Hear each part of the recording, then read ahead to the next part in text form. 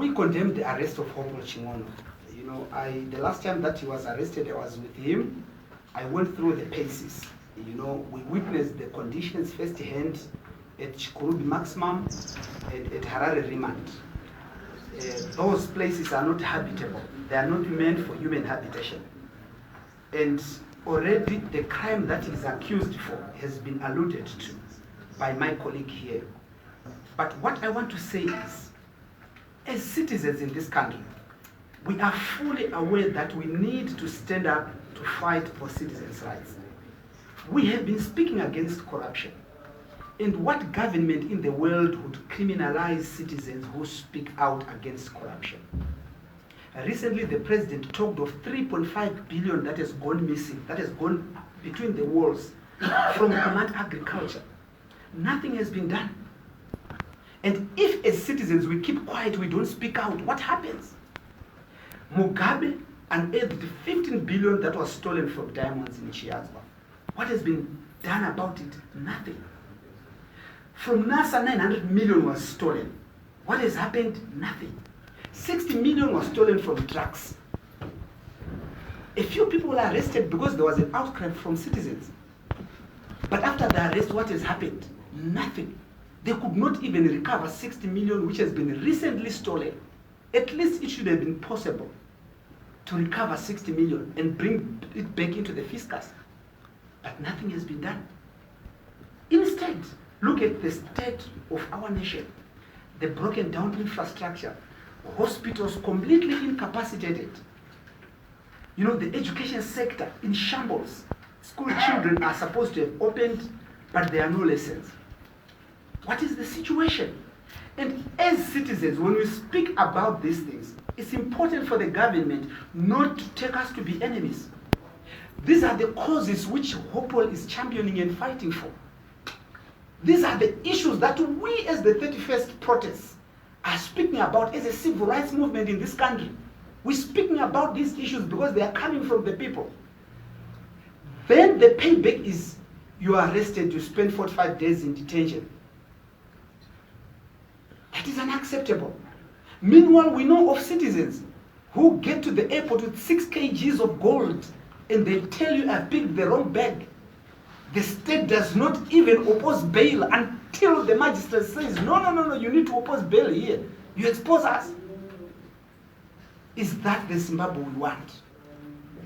Zimbabwe is our heritage. And that is why, as collectively as a people, we're saying, let's make our nation right. That is not an offense. For Hopewell to speak out against corruption is not an offense. This is the nation that we want, and this is the nation that we must promote, and this is the spirit that we must promote. We've been suffering under the effects of corruption for years, and no attention has been paid to it. And we are very strong and resolute. These issues that we are speaking about are cutting across all citizens. This is not just about, opponents of the government or of the ruling party. These are issues that even people in ZANU-PF should be talking about. People in the MDC, people in the opposition political parties, we are all talking about these issues. And it is important for government to pay attention. So what is it that we need to do going forward? It is important that if we are to deal effectively with the issues of corruption in this country, we have institutions that are independent and capacitated to deal with it. The judiciary is one of such. The police, access to information, the military, everybody. We must make sure that our institutions are independent. Even people in ZANU-PF need independent institutions. Because one day they will not stay in power forever. One day will come a time when somebody else takes over. And they must be accountable. If they allow institutions to be independent, they will benefit from that one day down the line. And we want to advise them that it is important and in the best interest of this nation that we build independent institutions. We deplore the erosion of democracy in Africa. It is unacceptable. We want Zimbabwe to set a good example of democracy, but this is not what we have currently in this country.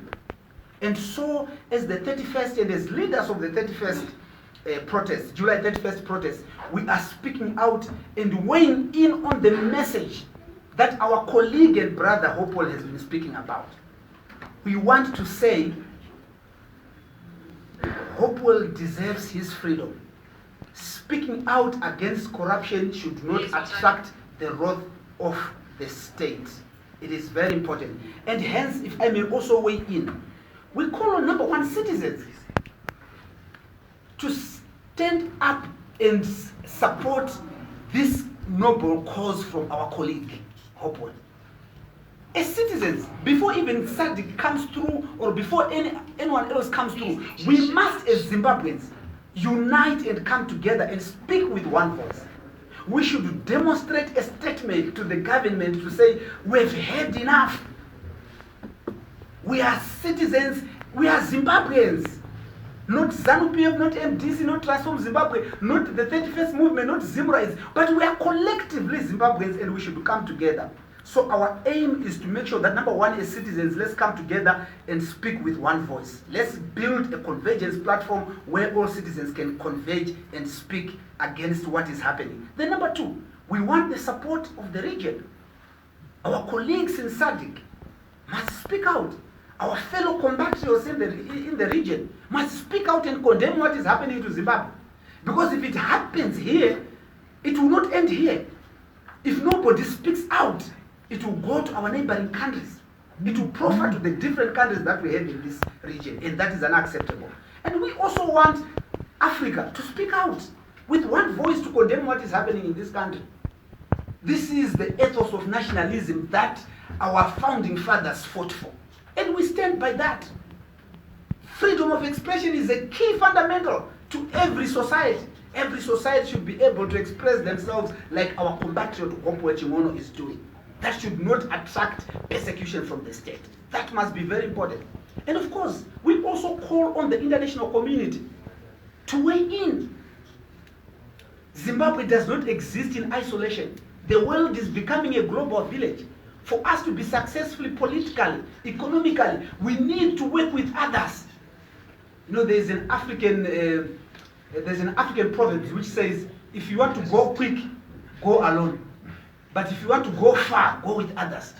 Zimbabwe should be ready to go far and go with others. This is what we are calling for. So this is what we feel we need to speak out and reach out to you and to the nation, that we condemn what is happening. Zimbabwe needs to take the right path. And this is what will grow and shape us into a better nation and better citizenship as a people. Thank you very much.